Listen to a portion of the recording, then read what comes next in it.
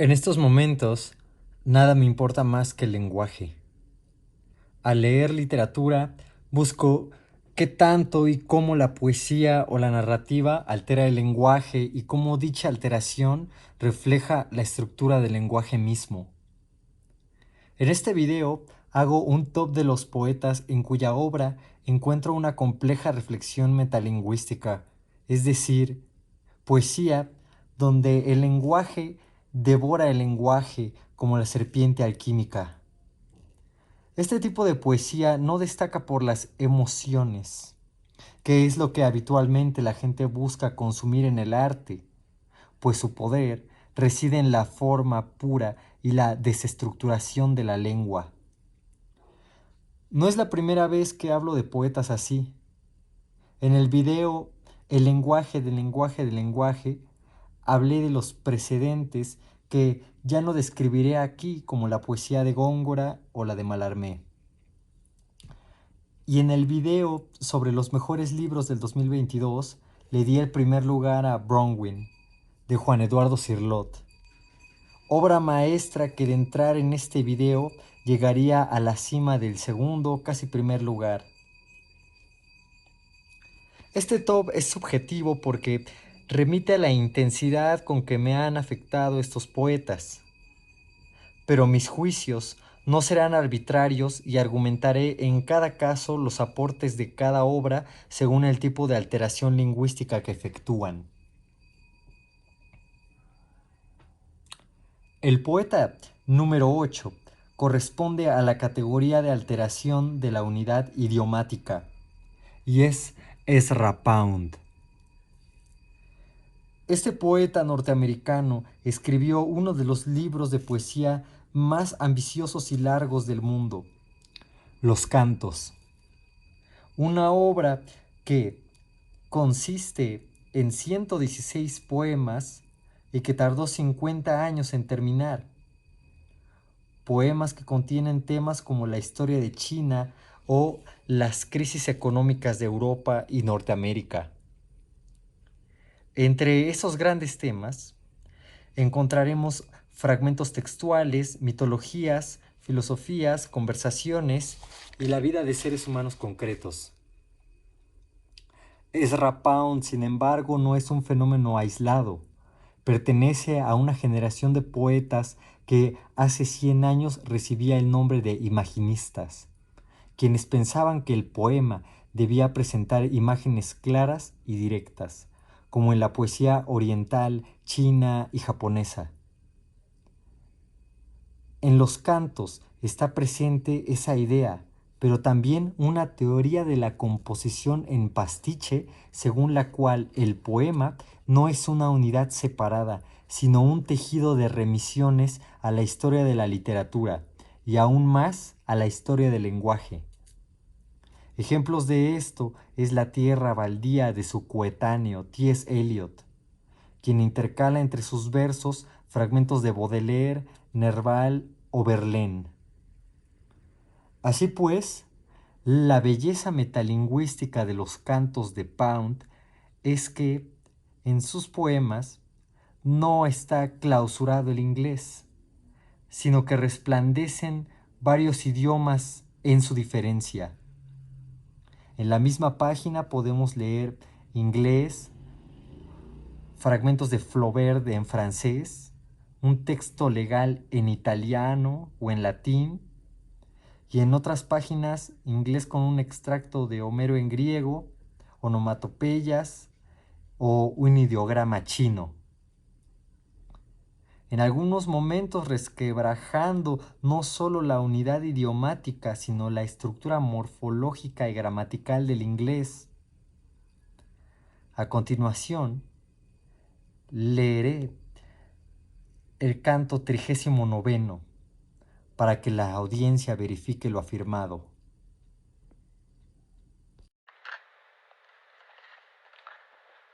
Canto 39. Desolado está el techo donde se sentaba el gato. Desolado el pasamanos de hierro por donde caminaba y el poste esquinero donde recibía el sol naciente. en el sendero del monte del telar. Y el sonido afilado de una canción bajo los olivos, cuando yacía en la morada de Circe, oí una canción así.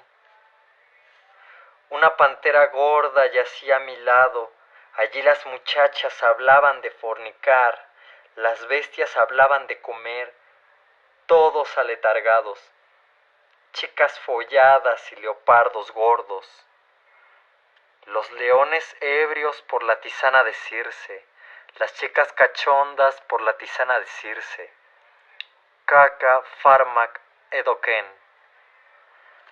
La casa de piedra lisa que se ve desde la distancia, lucoi oresteroi ede leontes. El lobo quiere congraciarse por comida, nacida de Helios y Perseis.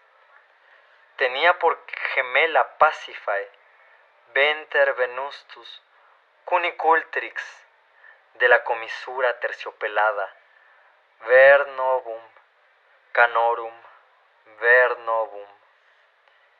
Primavera que se vierte hacia el verano, tardía primavera en el frondoso otoño. Calón aoidia ei, Etheos egune, egometa, thason. Primero miel y queso, miel primero y luego bellotas, miel al principio y luego bellotas, miel y vino y luego bellotas. La canción de borde afilado, su entrepierna como un retoño tierno, y la dolore op mutuit pariter vocem. Alen, cre, proton, odon, telesai, kai, ikestai, eis, aidao, domos, kai, epaines, Persephonein. Psique, cresomenous, tebaiou, teiresiao,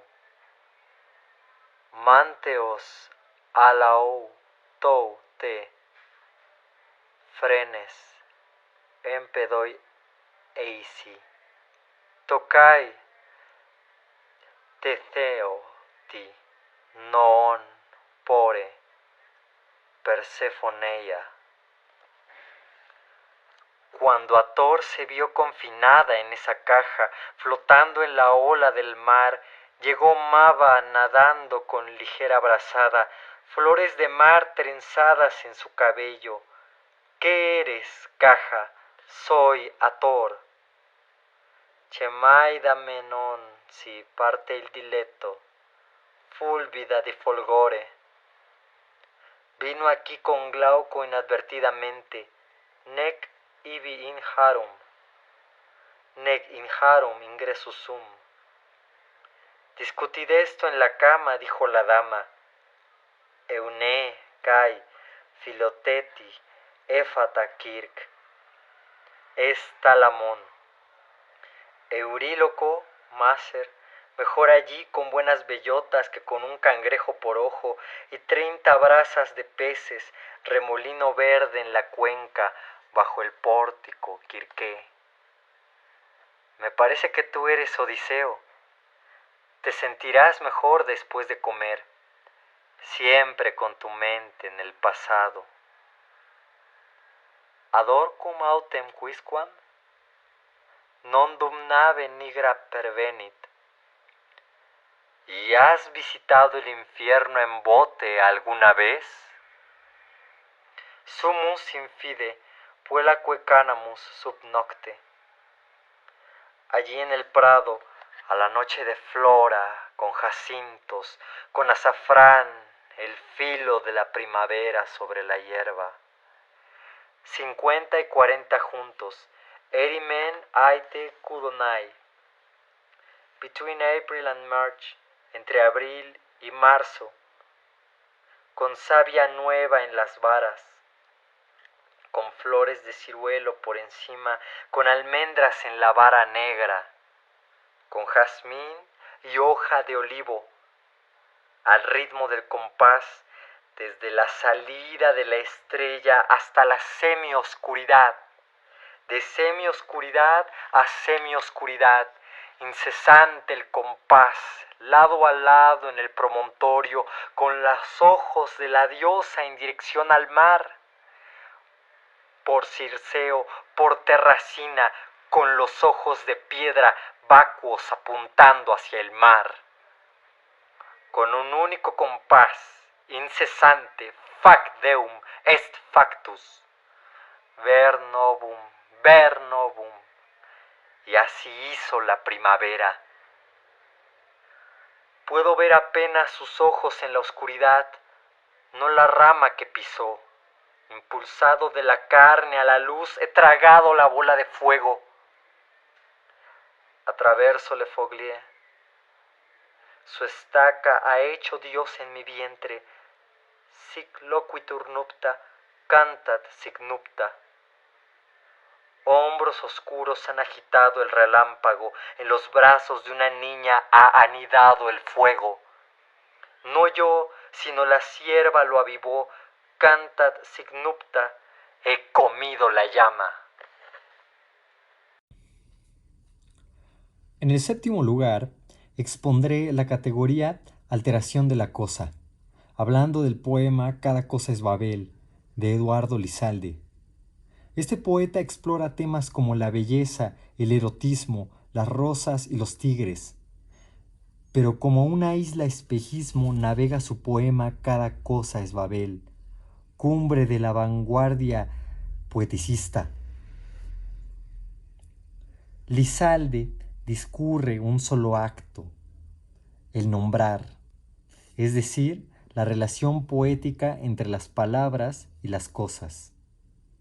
Insisto en el infinitivo porque una de mis motivaciones de estas investigaciones metalingüísticas es el libro Lógica del Sentido del filósofo Gilles Deleuze, quien describe el sentido como esa dimensión en que las palabras cobran vida, como seres incorporales que flotan y se desplazan sobre las superficies de las cosas, efectos del sujeto que nombra sin ser sujeto.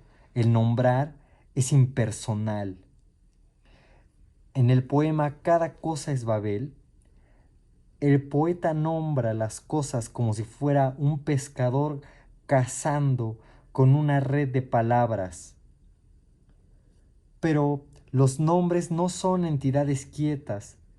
La red está viva y representa los acontecimientos del sentido. Así, dice en el poema: dime tu nombre, cosa, tu desnudo tejido por el nombre y sus cáñamos seguros. Cosa, ¿cómo te llamas? Si el nombre humea por tu cuerpo como la trepadora escrita. No eres más, sin embargo, nada se te agrega por tener ese nombre que te lame. Mira correr la turba de tus nombres en distintos idiomas, cada cosa es Babel. En el fragmento citado, se menciona que los nombres son humo en el cuerpo de la cosa. Esto implica la diferencia de naturaleza entre el lenguaje y materia. Por ello, la poesía no llega a existir automáticamente, pues enfrenta la resistencia de las cosas. A diferencia del antiguo mundo mágico, para Lizalde las cosas son indiferentes al nombrar. Ese hecho obstaculiza el trabajo poético. Por eso dice: si las cosas quedaran, si con solo decirles tente cosa se tuvieran, sería fácil, poeta, nombrarlas a tus anchas. Pero las cosas corren y buscan sus rediles, cabecean, rompen sus frascos, tejen bordes nuevos, cambian velas, se roen y se buscan entre sus mismos restos. Además de lo mencionado, en Cada cosa es Babel, Encontramos otros temas metalingüísticos como la relación entre el nombrar poético y la música, algunos instantes sobre el significado de las letras, los adjetivos como apellidos de las cosas y el discurso político autocriticado. Terminaré esta sección leyendo un fragmento del poema donde Elizalde tiene un diálogo con Muerte sin fin de Gorostiza, comparando el vaso con el nombre de la cosa. Cada cosa es Babel. 3. Para nombrar un ciervo hay que tener mejores músculos que el ciervo. Si las cosas quedaran, si con solo decirles tente, cosa, se tuvieran, sería fácil, poeta, nombrarlas a tus anchas. Pero las cosas corren y buscan sus rediles, cabecean, rompen sus frascos, tejen bordes nuevos, cambian velas. Se roen y se buscan entre sus mismos restos.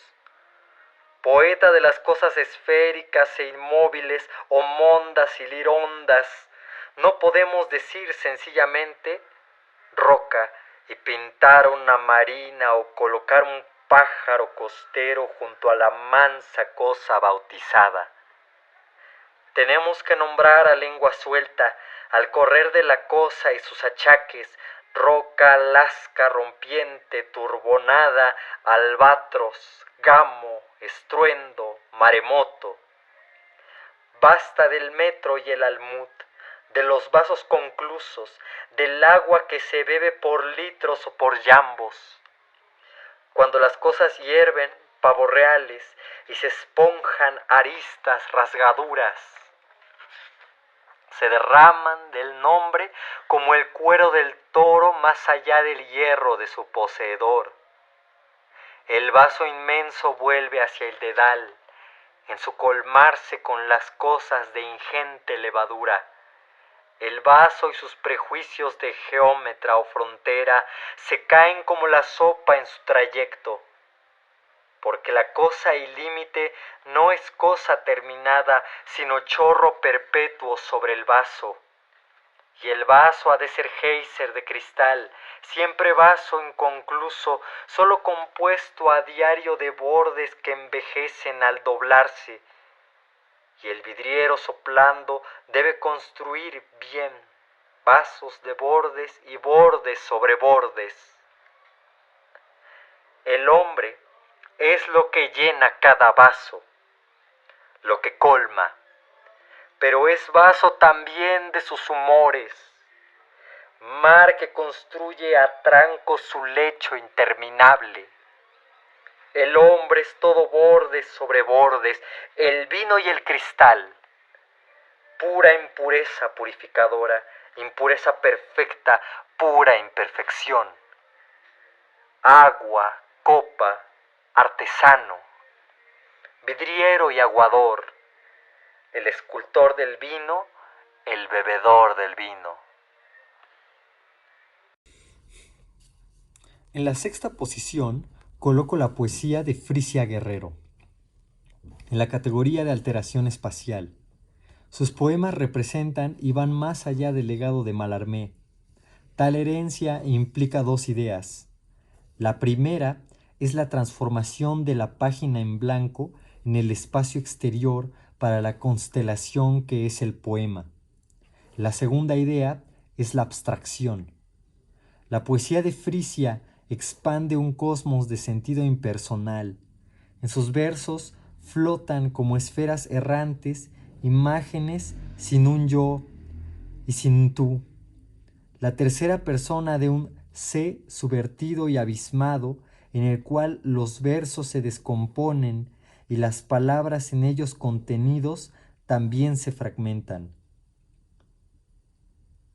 Las imágenes suelen ser oscuras y terribles, como si se celebrara un desmembramiento ritual, pero el cuerpo desmembrado es el lenguaje mismo.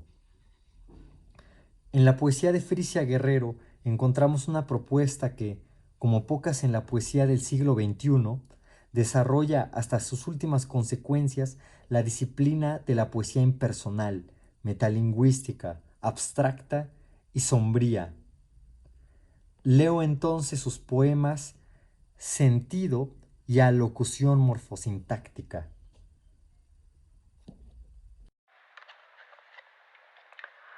Sentido. Falaz proceso añadido. Comparecer a un talud, asociados a la eufonía, rechazar el descenso, sospechar el desaire de la hendidura nocturna, mudar anomalías, practicar, asumirse nocivo, atinar el consuelo, tibieza perfecta, comparsa de anhelos, registrar caminos, pisar ninguno, exclusivamente atisbar, desear sentirse, lejos de lo concreto, cercano al delirio, enmarcarse los rostros con colorantes dispares, escuchar ecos insonoros, asir la certeza de su existencia. Alocución morfosistémica. Presenta, recta, angular, recta, en el morfema. Surge, persevera, siendo sitio en la materia, en cabalga, esfera, y delimita con letras el paso paralelo de su inexistencia. Sucede yuxtaposición extrema, profunda, unión evocadora, allega ingenio, encanto y queja, confabula, fenotipo,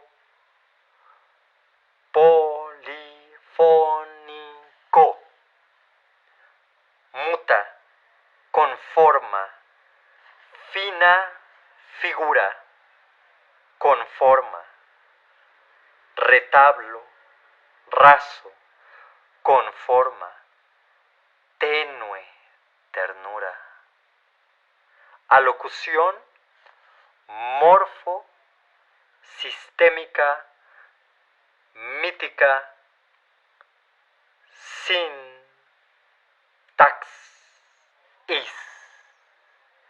del reposo, perspectiva subjetiva, simboliza escorza, reservorio, metonímico, dentro de cadavérico silogismo.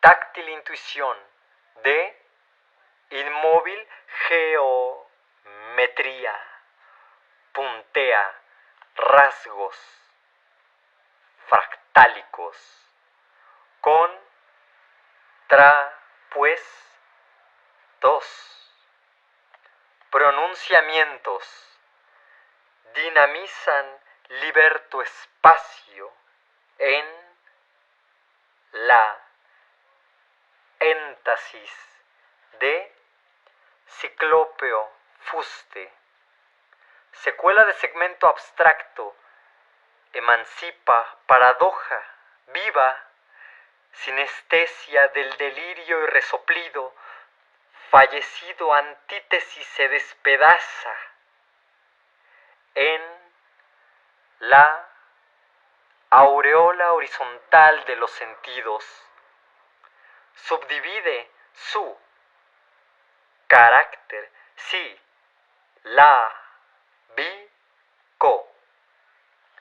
ocasiona significante mi, to, arde, alterna, soga y senda, en circunloquio. Memoriza el bullicio, entona dislocadas invenciones, prefija simetría en tres extremos polisémicos, fonema, forma básica, átona, aterida, sumergida en alucinaciones contraídas. En el quinto lugar está Lewis Carroll bajo la categoría de alteración lógica. Es sabido que los lectores clásicos buscan textos que puedan asimilar a partir de su coherencia lógica. La escena A antecede a B y la escena C sigue a B.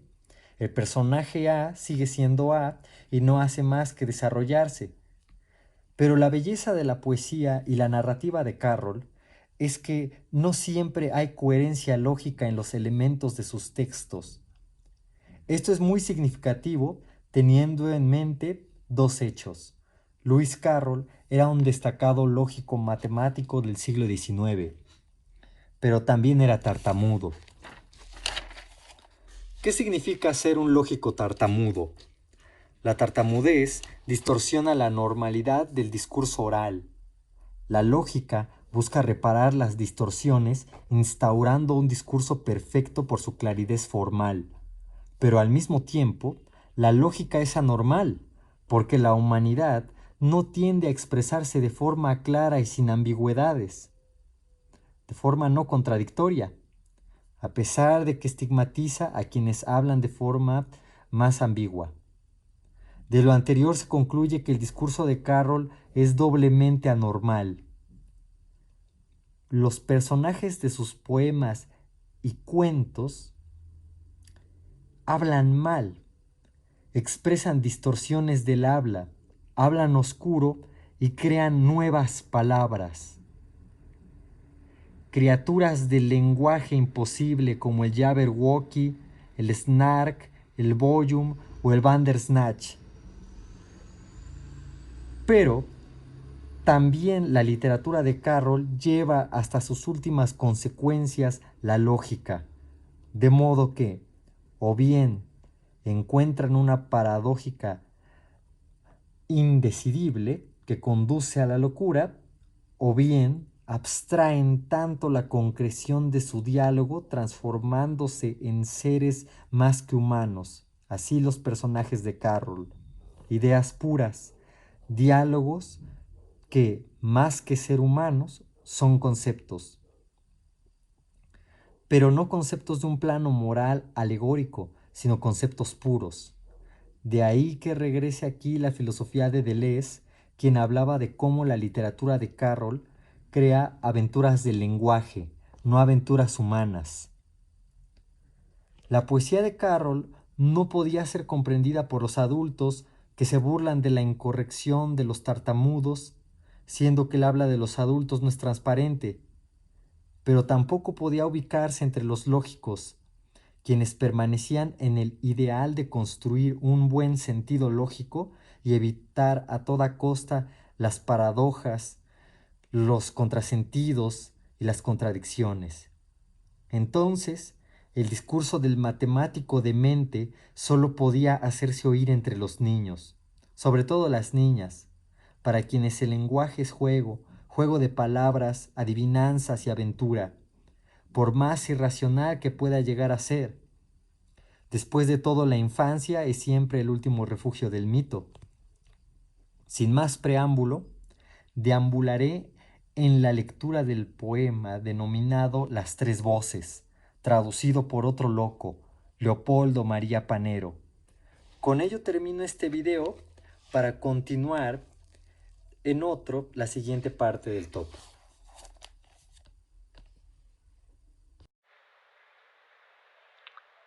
La segunda voz. Paseaban por la playa fatigada por las olas. La lengua de ella era diestra en el arte de aburrir. Y cuando alguna que otra vez él gemía, el tono de voz de la castigadora se hacía menos dulce, porque el habla era lo único que poseía, y él era oscuro como ciertos insectos. Ella exclamó: por desgracia el queso no está hecho de tiza, y sin cesar jamás su charla fluía con la monotonía de una línea recta. Rígidos argumentos defendidos con aplomo, preguntas extrañas acerca del porqué y la causa, e indiferencias salvajemente complicadas, cuando él, devanándose los sesos, débilmente la imploraba, le explicara, ella se limitaba a repetir lo que dijo. Empujado por una intensa agonía al más encantador desequilibrio, habló, sin ocuparse de cordura ni de significado, no importándole las consecuencias. El pensamiento creó el alma, es una esencia, un ente abstracto, o sea, un accidente, que nosotros, quiero decir, es peligroso como el azar. No podemos pensar, es una huida, creo, hacia la muerte. Me parece. Cuando, con aliento entrecortado y las mejillas encendidas, se hubieron en vano derramado como semen sus palabras, ella lo miró y él se sintió anonadado. Él vio en sueños una sala donde 13 seres abyectos estaban sentados en la sombra esperando no sabía qué. Los vio con la cabeza agachada, aquí y allá, cada uno acurrucado en una silla, en actitudes de vacía desesperación. Ni una ostra era algo más mudo que aquellos entes de cerebro deshilachado, deshinchado, que no tenían nada más que decir, salvo uno que gruñó: ya han pasado bastantes horas, y gritó: no aguardemos más, diles que sirvan el almuerzo. La visión se desvaneció, llevándose consigo aquellos espectros. Tal vez porque algo al otro me encadena, tal vez, pero prefiero la peor de las compañías, la de mí mismo, a aquel siniestro absurdo. La tercera voz. Pero todo éxtasis es breve. Al cabo de unas cortas horas las lágrimas corrieron por sus mejillas, su corazón detuvo su latido y aterrorizado le pareció que, sin escucharla, escuchaba una voz sin palabras, cercana pero inalcanzable. Las lágrimas no encienden ningún fuego, si así fuera, ¿por qué no llorar? Se infiere de esto algo muy oscuro. Sus palabras, se dijo él, son las que han causado este llanto, este dolor que rebasa las palabras. Sería más fácil explicar el discurso que el gemir del mar produce, o recostados sobre la orilla de algún balbuciente arroyo, estudiar con mirada expresiva en un libro la ilegibilidad. Con dulces tonos le hablaba aquella voz en su cerebro, con imágenes más que con palabras, sin sonido, como los pasos de un espectro. Su estilo era todo menos claro, su lenguaje era un asesino y sus adjetivos eran grotescos. No la abandoné hasta que se puso a desarrollar un tan embrollado argumento que agotó todos los poderes de mi pensamiento.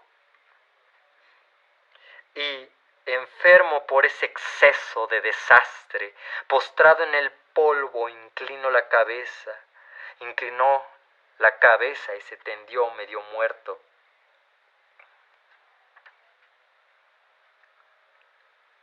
Vuestros destinos estaban unidos, aun cuando incompatibles. Oyó que una voz en su alma decía: cada uno giraba alrededor del otro como un astro funesto, cada uno era para el otro una plaga, un viento de catástrofe. Cada uno era para el otro lo mejor y lo peor. Sí, cada uno era para el otro algo peor que un enemigo. Tú eras un animal, es decir, algo oscuro, balbuceando, la palabra de la grieta, y ella era la claridad que nos seca, que no es nunca lo más claro, el lenguaje, ese asesino desolado. Ella, una avalancha de desdicha.